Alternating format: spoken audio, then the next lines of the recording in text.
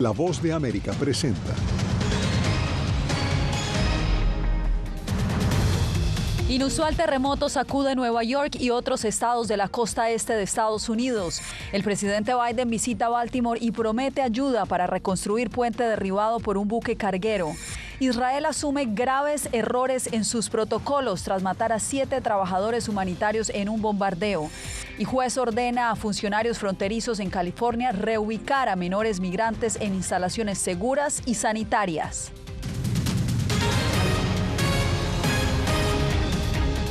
Un inusual terremoto de magnitud 4,8 sacudió el noreste de Estados Unidos. Bienvenidos, El Mundo al Día comienza en Nueva York. Ronen Suark nos acompaña en directo. Ronen, ¿cómo fue este terremoto? ¿Cómo lo vivieron los neoyorquinos? Sabemos que esta es una región donde usualmente no se registran sismos. Cuéntanos.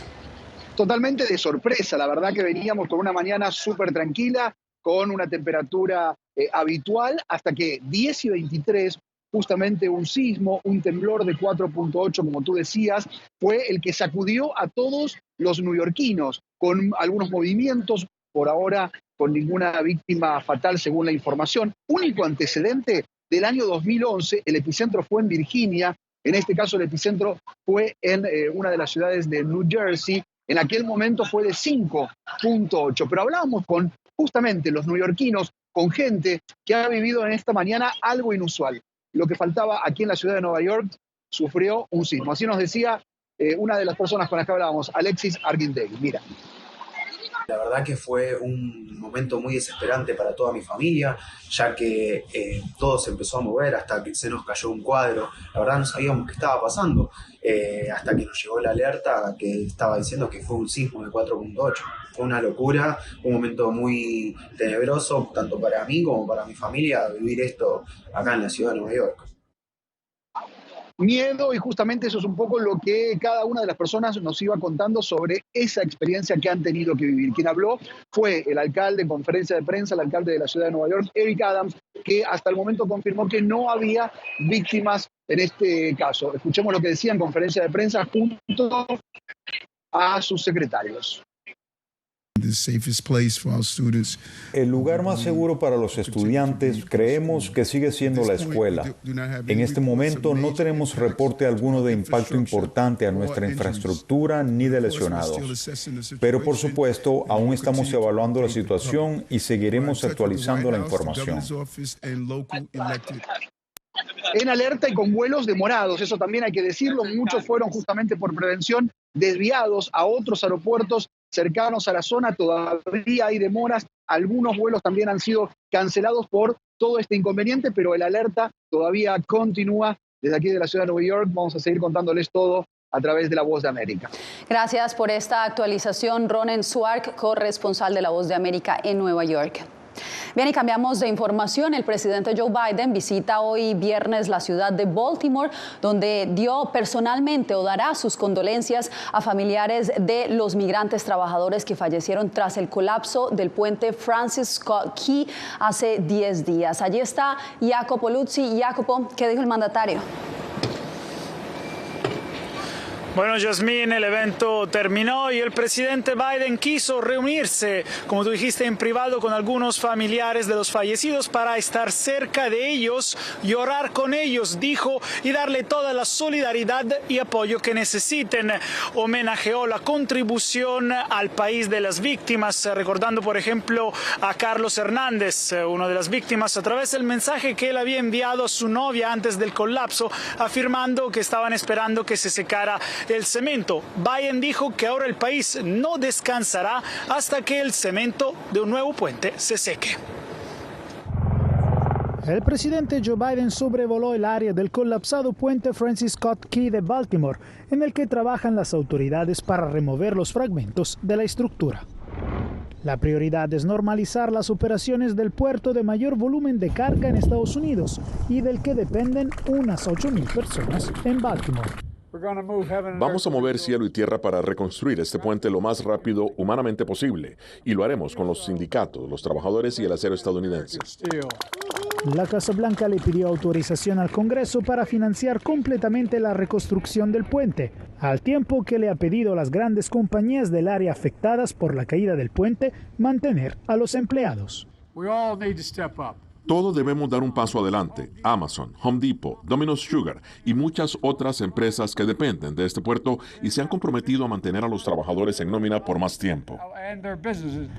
Las únicas víctimas mortales que dejó el colapso del puente fueron los 6 migrantes de México y Centroamérica, mientras trabajaban en la madrugada tapando los huecos del puente. Nunca olviden las contribuciones que estos hombres hicieron a esta ciudad. Vamos a seguir trabajando duro para recuperar a cada uno de ellos. No descansaremos.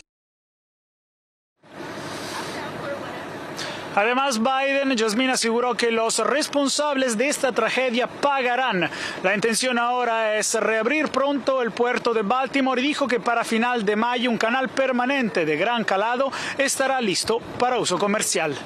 Gracias, Jacopo, por el reporte. Y hoy fue publicada la investigación de las Fuerzas Armadas israelíes que mataron a 7 colaboradores de la ONG World Central Kitchen. En la pesquisa hallaron serias violaciones a sus protocolos por parte de sus uniformados, como nos reporta Julia Riera.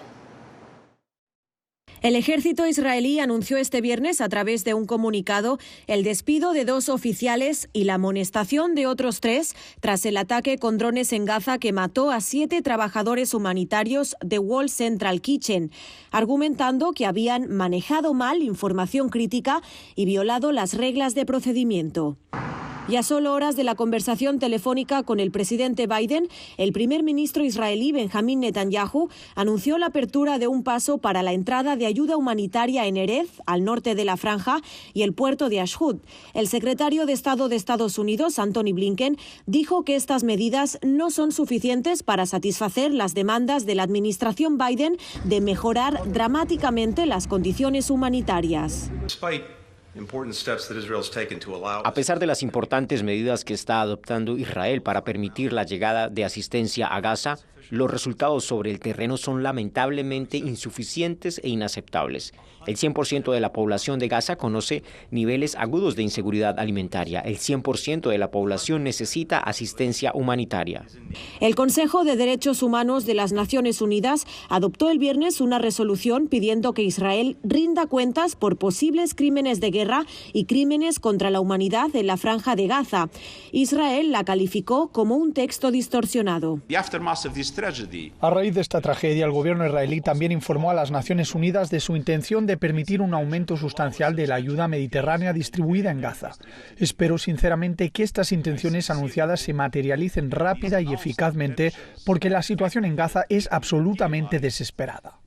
Según la ONU, al menos 196 trabajadores humanitarios han muerto en la guerra de Israel contra Hamás en Gaza tras el ataque mortal del 7 de octubre por parte del grupo militante palestino. Julia Riera, Voz de América. El jefe del grupo armado libanés Hezbollah prometió venganza contra Israel por un ataque contra el consulado de Irán en la capital siria. Este viernes el grupo miliciano envió un mensaje diciendo que el ataque al consulado marcó un punto de inflexión. En el incidente murieron 7 miembros del cuerpo de la Guardia Revolucionaria de Irán, entre ellos un alto comandante de las fuerzas Quds, el general de brigada Mohammad Reza Zahedi.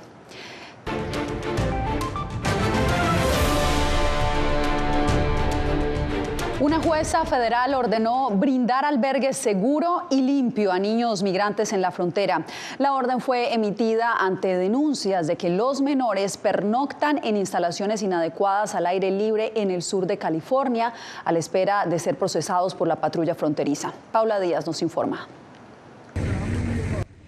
Los niños migrantes que esperan en campamentos improvisados a lo largo de la frontera entre Estados Unidos y México para ser procesados por la patrulla fronteriza están bajo la custodia de la agencia federal y deben ser procesados rápidamente y llevarlos a instalaciones seguras e higiénicas, determinó un juez federal. La patrulla fronteriza el argumento de ellos era de que ellos no tenían control porque no habían procesado a estos inmigrantes. Hay que recordar de que ahorita en la frontera, cuando todos los centros de detención están llenos, han hecho campamentos afuera donde todavía los controla la patrulla fronteriza. El caso se resolvió luego de que la jueza Rebeca Santana evaluara una demanda presentada por organizaciones en nombre de decenas de niños solos o acompañados que han llegado en los últimos meses a un campamento improvisado en Jacumba, California, a 72 millas al este de San Diego. El fallo viene a confirmar que antes que todo, antes de ser Estados Unidos, México, antes de ser gobierno y migrante, somos todos seres humanos. El Departamento de Seguridad Nacional no contestó a nuestra solicitud de comentarios sobre la decisión de la jueza. En su decisión, la magistrada se basó en el Acuerdo Flores, que desde 1997 estableció estándares mínimos para el tratamiento, albergue y liberación de los niños inmigrantes detenidos y la entrega a sus padres o familiares. Paula Díaz, Voz de América. El Servicio de Ciudadanía e Inmigración de los Estados Unidos aumentó la extensión automática de ciertos permisos de empleo. La medida temporal fue autorizada por el gobierno Biden en un esfuerzo para descongestionar el sistema y reducir los tiempos de procesamiento de las autorizaciones de trabajo para la mayoría de las categorías. De esta manera, las tarjetas de trabajo se extendieron de 2 a 5 años para inmigrantes que reúnan ciertos requisitos. Y en el marco del operativo Estrella Solitaria, Texas ha arrestado a más de 1 millón de inmigrantes por cruzar irregularmente la frontera desde México. Víctor Hugo Castillo nos informa desde McAllen.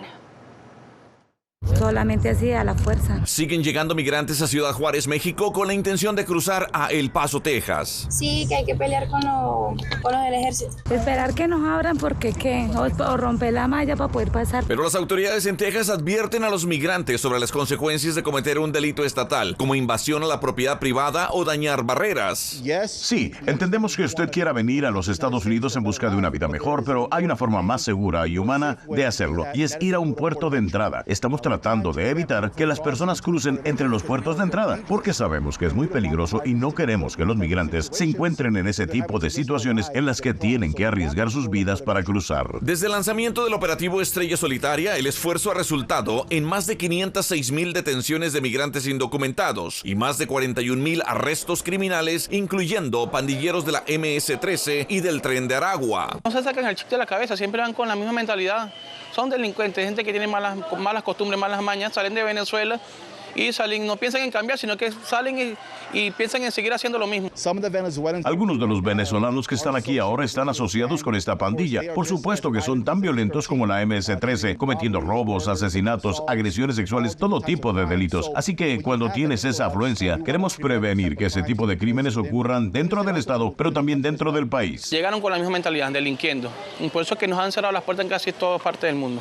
Por la misma, porque por uno pagamos todo. Víctor Hugo Castillo, Voz de América, McAllen, Texas.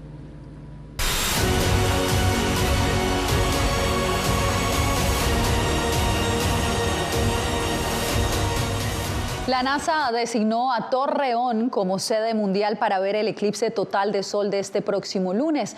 ¿Cómo lo están tomando los pobladores de esta ciudad al norte de México? Luis Amatón nos cuenta. Uno de los fenómenos astronómicos más impresionantes convertirán a Torreón, ciudad ubicada al norte de México, en uno de los puntos turísticos más importantes del mundo, luego de que la NASA la nombrara sede oficial para ver el eclipse de sol total este próximo lunes 8 de abril. ¿Qué tal, amigos? Pues es el eclipse más importante del siglo en México y estamos prácticamente listos. 4 minutos 10 segundos de oscuridad aquí en la comarca lagunera y pues estamos preparándonos con todo para la transmisión en vivo. David es camarógrafo y viene de San Francisco, California. Es una de las más de 100,000 personas que se espera se den cita para ver el fenómeno. En su caso, él llegó como parte del staff de la propia NASA. Oh, sí, disfruto mucho. Soy mi 4 eclipses. Y es que según datos de la Secretaría de Turismo del Estado, el eclipse, que tendrá una duración de 2 horas y media, ya logró llevar la ocupación hotelera de la zona al 100%, además de hacer que muchas casas particulares del Estado fueran rentadas a través de servicios de hospedaje por aplicación. Bueno, pues decirte que ya estamos listos, desde hace unos días ya está llegando turismo nacional, extranjero. Entonces, bueno, hemos tenido una gran afluencia desde el sábado se presentó después del Vía Crucis. Los preparativos no solo son a nivel infraestructura, también con la venta de lentes certificados para ver por 15 segundos el fenómeno estelar. un artículo que también ya se está terminando. Aquí en el planetario ya estoy preparada para ver el próximo lunes 8 de abril el eclipse total de sol. 200 años tendrán que esperar los laguneros para volver a ver un fenómeno como el que se va a presentar el próximo lunes aquí en la comarca lagunera. 200 años de espera en donde se resume en 4 minutos 8 segundos. Es la oportunidad ideal para ver un eclipse en nuestro país. México se distingue y Coahuila lleva mano. Luisa Matón, Voz de América, Torreón, México. Al volver, avanza ley contra el fascismo en Venezuela. Otro mecanismo de control social. Después de la pausa, les contamos.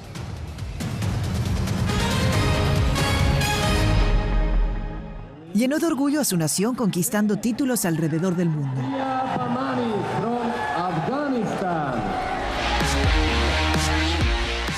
Sin embargo, como mujer que desafía las expectativas de género en Afganistán, su vida, triunfos y carrera están ahora en grave peligro. Rompiendo un tabú. Ahora, en todas las plataformas de La Voz de América.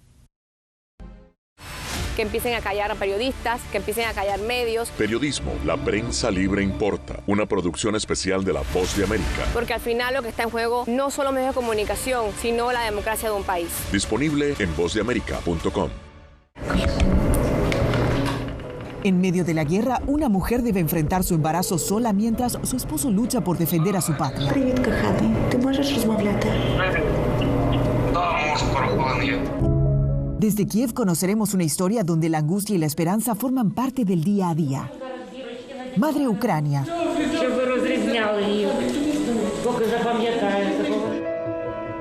Disponible en todas las plataformas de La Voz de América. Poder recuperar la libertad de prensa. Periodismo, la prensa libre importa. Una producción especial de La Voz de América. Se ejerció esta profesión con mucho miedo. Disponible en vozdeamerica.com. ¿Quieres mantenerte informado de primera mano? Únete a nuestro canal de WhatsApp. Lo que ocurre en Estados Unidos, América Latina y el mundo directamente a tu celular. Escanea el código que ves en pantalla y conéctate con las noticias para recibir información veraz y balanceada. Noticias de última hora, reportes originales y verificación de información. Porque en La Voz de América, la prensa libre importa.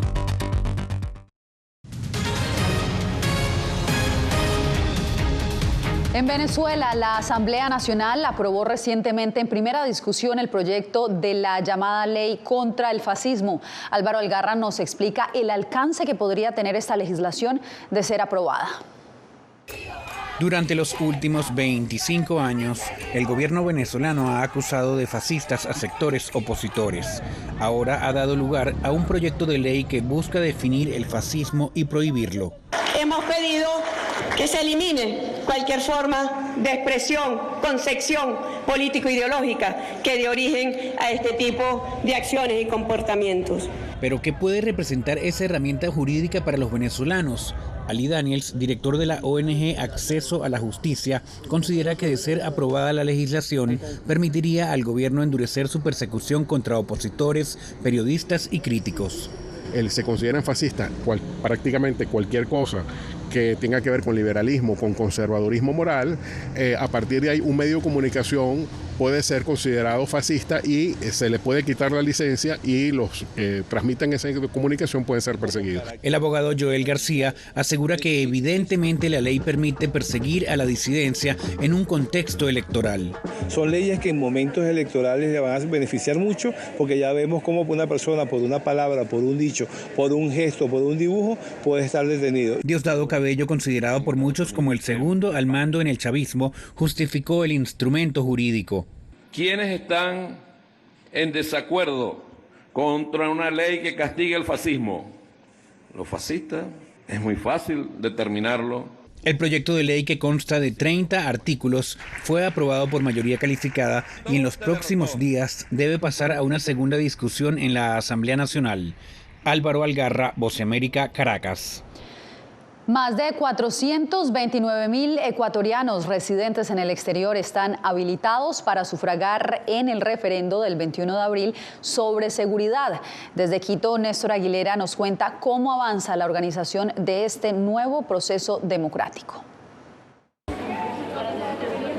A poco más de 2 semanas para la próxima consulta popular, el Consejo Nacional Electoral acelera el paso para la entrega del material que se usará en el proceso, para el que se establecieron 3 circunscripciones en la que podrán sufragar 429.165 electores.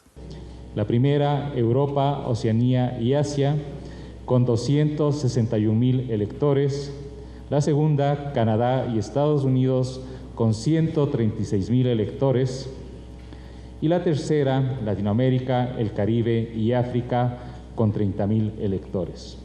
El organismo electoral consideró para este proceso los conflictos armados que enfrentan Israel en la Franja de Gaza y Rusia con Ucrania.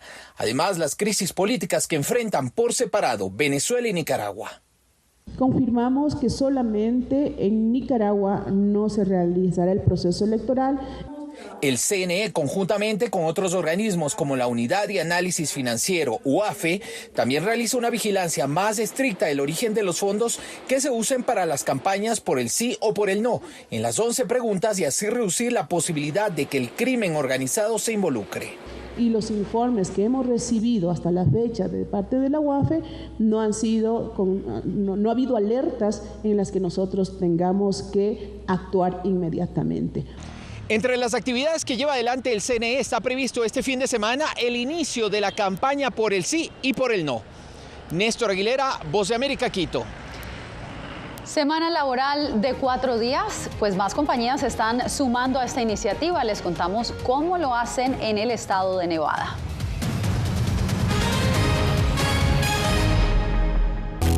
Uno de los mayores centros de producción global de opio está experimentando profundos cambios a medida que los talibanes intensifican su lucha contra la industria de la droga. Hellman, la maldición de los narcóticos, una investigación exclusiva de La Voz de América que nos lleva a lo más profundo de las plantaciones de amapolas en Afganistán. Ahora en todas nuestras plataformas.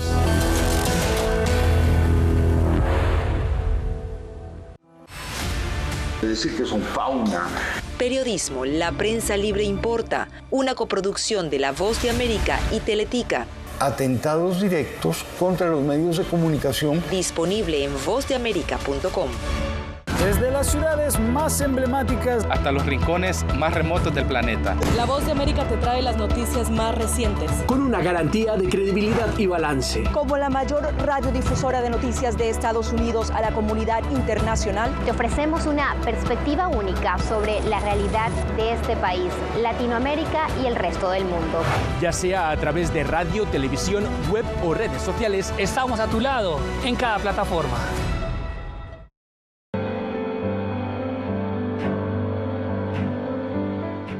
Motivado por la defensa de la libertad y la democracia en el mundo, este estadounidense dejó todo y se marchó a Ucrania para hacer un trabajo humanitario arriesgando su vida, transportando suministros, alimentos y medicinas a los territorios del este de Ucrania, bajo asedio.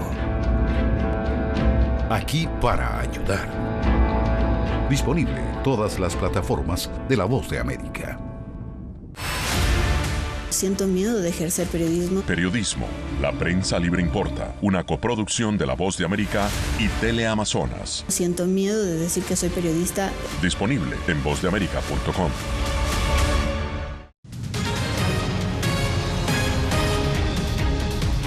La economía estadounidense sigue fortaleciéndose. El más reciente informe del Departamento de Trabajo reportó este viernes que en marzo se crearon 303.000 puestos de trabajo.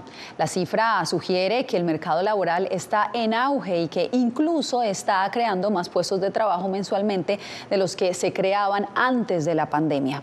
Estos empleos principalmente hacen parte de las industrias de la atención médica, gobierno y la hotelería. La tasa de desempleo, según este informe, cayó al 3,8% el mes pasado. Y una semana laboral reducida comienza a ganar adeptos alrededor del mundo. Empresas en varios países han optado por reducir las horas laborales por semana en un intento por aumentar la productividad y retener su fuerza laboral. Desde Nevada, Adriana Arévalo nos cuenta cómo funciona para algunas compañías en ese estado. El principal argumento a favor de la reducción de días laborables por semana radica en la cantidad de estrés que enfrentan las familias estadounidenses. Empresas como Microsoft, Amazon, Carfax y Panasonic ofrecen a sus empleados jornadas semanales de 4 días y 32 horas, sin reducción de salario. Para los especialistas en recursos humanos, se trata de algo que va más allá de una tendencia pasajera. En el pasado se hablaba de que entre más trabajabas, más productivo eras. Y hoy las corrientes y los estudios desde la psicología organizacional y la misma psicología demuestran y refuerzan que es al contrario. Entre más horas tú estés operando en un mismo día, menor es tu capacidad de agregar valor. Y lo que estamos es un efecto contraproducente. La transición de 40 a 32 o 35 horas resulta más compleja para los pequeños negocios. Sin embargo, para muchos, la decisión no fue difícil de tomar tras ver los beneficios reportados por empresas de diferentes industrias y tamaños en varias partes del mundo. He visto esto especialmente en países escandinavos y les va muy bien con la felicidad y satisfacción en general, así que pensamos que esta es una excelente forma de darle a nuestra gente la capacidad de descansar y estar emocionados cada día que están en la oficina y saber que cada semana tienen un fin de semana de 3 días. Poder tener eso es algo especial. La discusión llegó recientemente al Congreso de los Estados Unidos, donde el senador Bernie Sanders propuso crear semanas laborales de 4 días en todo el país. Expertos aseguran que la pregunta no es si sucederá, sino cuándo. Adriana Arévalo, Voz de América, Las Vegas. Bien, y recuerde que en nuestra página digital vozdeamerica.com usted tendrá acceso a las noticias más destacadas de Estados Unidos, América Latina y el mundo. Solo debe escanear el código QR que está viendo en este momento en el extremo bajo de la pantalla para visitar nuestro portal web. Allí encontrará el especial de La Voz de América para las elecciones en Estados Unidos que se llama Voto Dividido. Nosotros hacemos una breve pausa, pero usted no se mueva, tenemos más al volver. Soy Néstor Aguilera, corresponsal de La Voz de América en el Ecuador. Informar sobre la realidad de un país exige una alta dosis de responsabilidad periodística, más aún cuando las noticias evolucionan a cada instante. Aquí en La Voz de América encuentras noticias veraces, precisas y balanceadas.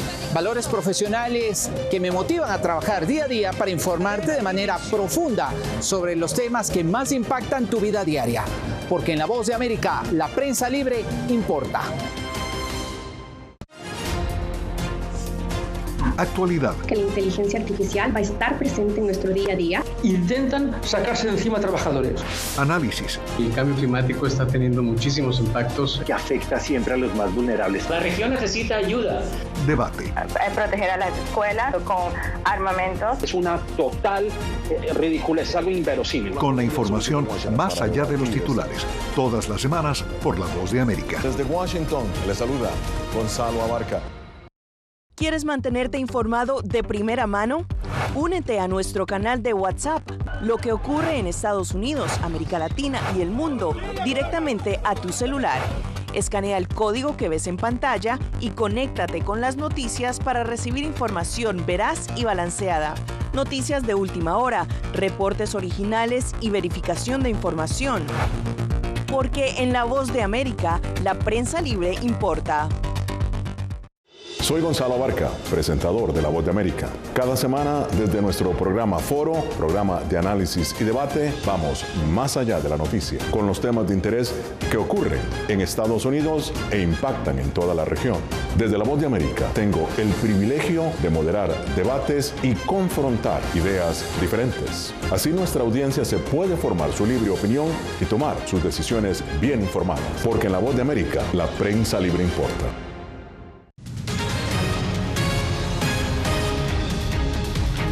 Cerramos esta semana de información con la celebración del Día Nacional del 4 que hicieron los venezolanos.